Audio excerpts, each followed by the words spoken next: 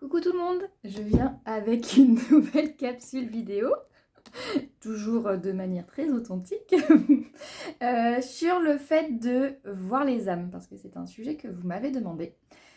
Pour moi, voir est un grand mot. Je préfère utiliser le terme percevoir les âmes. Tout simplement car il y a très peu de personnes. C'est très rare quand les gens voient des âmes comme vous et moi. Des âmes qui sont du coup sur un autre plan, des personnes qui sont décédées, mais qui les voient de manière aussi claire, aussi précise que vous et moi, comme si c'était des personnes vivantes. Vous pouvez le retrouver à travers les témoignages de Rénal Roussel, qui petit les voyait et comprenait pas du coup pourquoi la grand-mère ne mettait pas les couverts pour ces personnes-là, puisqu'il les voyait et pensait qu'elles étaient réelles. Euh, c'est pas la majorité des personnes. La majorité des personnes, elles perçoivent les âmes. Quand on dit que l'on voit les âmes, il peut y avoir différentes formes. Donc il y a, comme Rénal Roussel, de voir comme si les personnes étaient vivantes. Moi personnellement, ça m'est arrivé une seule fois. Et sur le moment, j'ai pas compris. C'est quand j'étais en camping, en plus, je vois cette personne qui me fait flipper. Je pars à 2h du matin aux toilettes. Je me dis, qu'est-ce qu'il veut? Pourquoi il me fixe comme ça? Et en fait, en rentrant dans ma tente, là, je vois toute la scène défiler devant mes yeux avec l'accident de moto, les pompiers, etc. Le casque sur le sol. Et là, je comprends. Et je me dis, ok, il n'était pas vivant. Mais ça m'est arrivé une seule fois. De temps en temps, je vois les âmes sous forme transparente, une masse un petit peu vaporeuse. Donc du coup, je distingue pas bien forcément de qui il s'agit, je vois vraiment cette forme.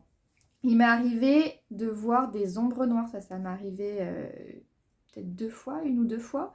Il m'est arrivé de voir des yeux aussi, et là j'étais très réveillée, et pour le coup c'était réel. Je sais pas ce que c'était que ces yeux, c'était très très très flippant. Lumière allumée, aux yeux ouverts, etc. Et il y avait les yeux qui me fixaient en pleine nuit, je pouvais plus dormir. Et la plupart du temps, vous retrouverez donc souvent ces témoignages, notamment Patricia Daré qui parle de ces images mentales. Le plus souvent, ça va être des flashs.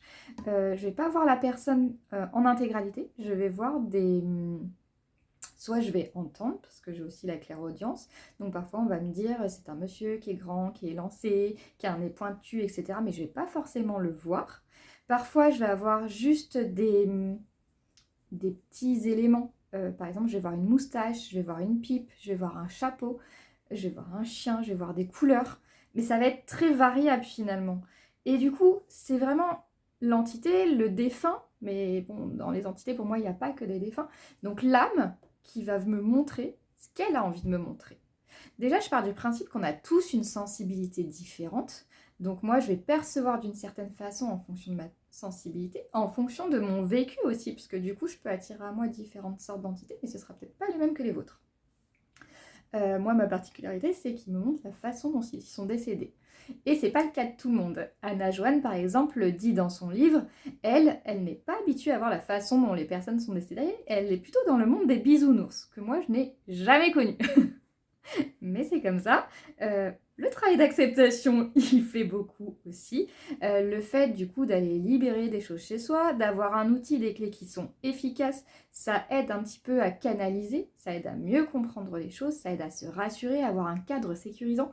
Aujourd'hui, je n'ai plus du tout d'angoisse vis-à-vis de ça, je n'ai plus peur du tout de ça. Donc c'est aussi un petit message d'espoir, un petit message pour rassurer ceux qui ont encore du mal, ceux qui stressent, ceux pour qui c'est compliqué de voir des choses comme ça. On peut s'en libérer, on peut s'apaiser, donc je vous rassure sur ce point-là. Donc pour moi, le fait de voir les âmes, c'est plutôt le fait de percevoir les âmes, parce que parfois je vais entendre, parfois ça va être des messages très clairs. Il y a des entités aussi, des âmes, qui n'ont pas envie de se présenter à un certain médium. Par exemple, une femme qui détestait les hommes de son vivant, elle va pas aller communiquer avec un médium homme, elle va choisir une femme. C'est logique, parce que sinon, le consultant déjà, il pourrait ne pas comprendre en se disant mais elle détestait les hommes, pourquoi être allé vers un homme? Voilà. Ça peut être un exemple. Mais il peut y avoir plein d'autres cas. Et en fonction de votre histoire, de votre sensibilité, de ce que vous êtes à même de capter et de vos filtres médiumniques, parce qu'il y a toutes ces capacités aussi, elle va choisir la manière dont elle a envie de communiquer. C'est pour ça que parfois, pour moi, les âmes ne vont pas être disponibles, parfois elles ne vont pas avoir envie de communiquer avec tel ou tel médium, parfois c'est pas le moment, parfois on a posé trop de questions et elles n'ont pas envie parce que ça fait aussi partie de votre chemin, parfois elles ont leur chemin à faire là-haut, il peut y avoir tout un tas de raisons.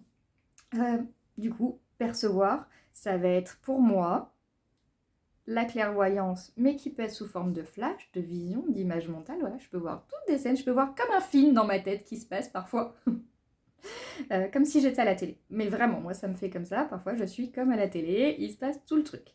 Et ça passe en plus par beaucoup d'émotions, par des ressentis dans le corps, par des douleurs. Je vous le disais avec le cas Mathéo, j'avais l'impression de me remplir d'eau, j'avais l'impression de me noyer. Donc je le vis comme si la personne le vivait elle-même, donc comme si l'âme le vivait elle-même. Mais ça me fait pareil sur des soins énergétiques avec des personnes vivantes. Je vis les choses comme elles. Et j'entends, en plus. J'entends en claire audience. Le fait d'entendre peut avoir aussi différents axes, différentes façons, différentes facettes, on va dire. Facettes parce que je peux entendre comme une petite voix intérieure, du coup, où je me dis, oui, bah ça c'est moi, c'est mon mental, etc. Oui, mais sauf que parfois c'est réel. Donc, apprendre à écouter cette petite voix intérieure et apprendre à la dissocier de son mental, c'est hyper important en médiumnité.